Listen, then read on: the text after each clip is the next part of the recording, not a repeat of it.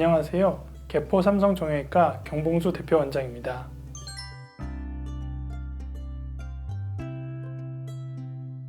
예전에 정형외과에서는 먹는 약이나 물리치료와 같은 보존적 치료와 원인을 완전히 해결하는 수술적 치료, 이 두 가지 치료만 하고 그 중간의 상태에 대해서는 별다른 방법 없이 방치하며 지켜보기만 했습니다. 하지만 이로 인해 환자분은 고생만 하고 결국 병을 키워서 수술하는 수밖에 없었는데요. 요즘은 다양한 종류의 비술적 치료 방법들이 나오면서 적절하게 통증을 줄이고 염증이나 병의 원인이 더 이상 발전하지 않게끔 도와주기 때문에 수술로 가는 경우가 많이 줄었습니다. 오늘 제가 소개해드릴 내용은 허리 통증 비수술 치료입니다.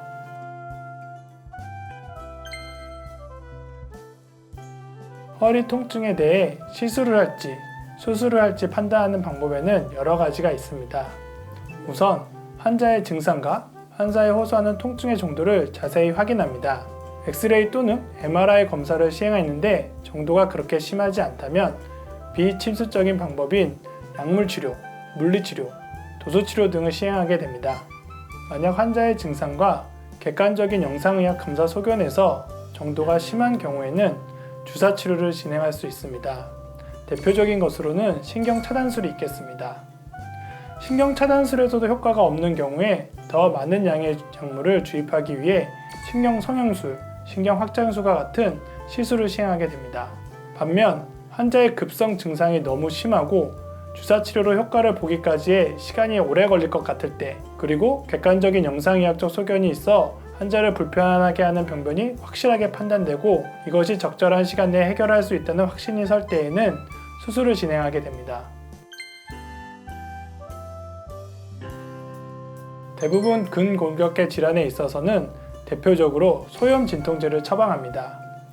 소염 진통제 다음으로는 근육 이완제를 처방하는데 디스크 질환 혹은 다른 신경인성으로 인한 통증이 있는 경우에는 신경인성 통증에 좀 더 효과를 볼 수 있는 다른 약물도 같이 처방하게 됩니다. 또한 물리치료를 시행할 수도 있습니다. 물리치료의 가장 큰 장점은 비교적 짧은 시간에 환자가 치료를 받을 수 있고 위험성이 매우 낮으며 바로 일상으로 복귀가 가능하다는 것입니다. 물리치료를 장기적으로 처방할 때에는 해당 부위에 온열치료를 병행하기도 합니다. 그리고 척추 부위에 신경차단술과 같은 주사치료를 하는 경우도 있습니다. 신경차단술은 적절한 위치에 주사함으로써 최소한의 용량으로 최대한의 효과를 가져오는 방법이며 이후에 이 효과를 높이기 위해 물리치료나 운동치료를 같이 병행하기도 합니다. 흔히 호소하시는 염자, 근육통, 긴장과 같은 통증은 물리치료를 통해 많이 좋아지는 편입니다. 매일 치료를 하면 가장 좋겠지만 일주일에 한 두세 번 정도 하며 약을 같이 드시는 경우에도 금세 호전되는 경우가 많습니다. 만약 신경학적 이상 소견이 있는 동시에 1, 2주일이 지나도 차도가 없다고 하시는 분들에게는 도수치료나 주사치료와 같은 다음 단계 치료를 요하게 되며 심한 경우에는 영상의학적 검사를 권하게 됩니다.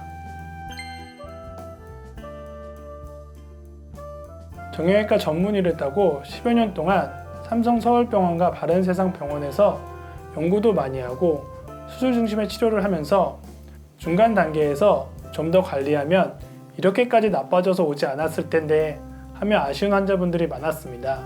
제가 초등학생 때부터 살았던 동네에서 오신 분들도 많아서 적절한 비수술 치료와 관리를 바로 옆에서 해드리기 위해 개원하게 되었습니다. 앞으로 통증 없고 건강한 삶을 위해 정확한 진단과 적절한 치료 관리를 해드리겠습니다. 감사합니다.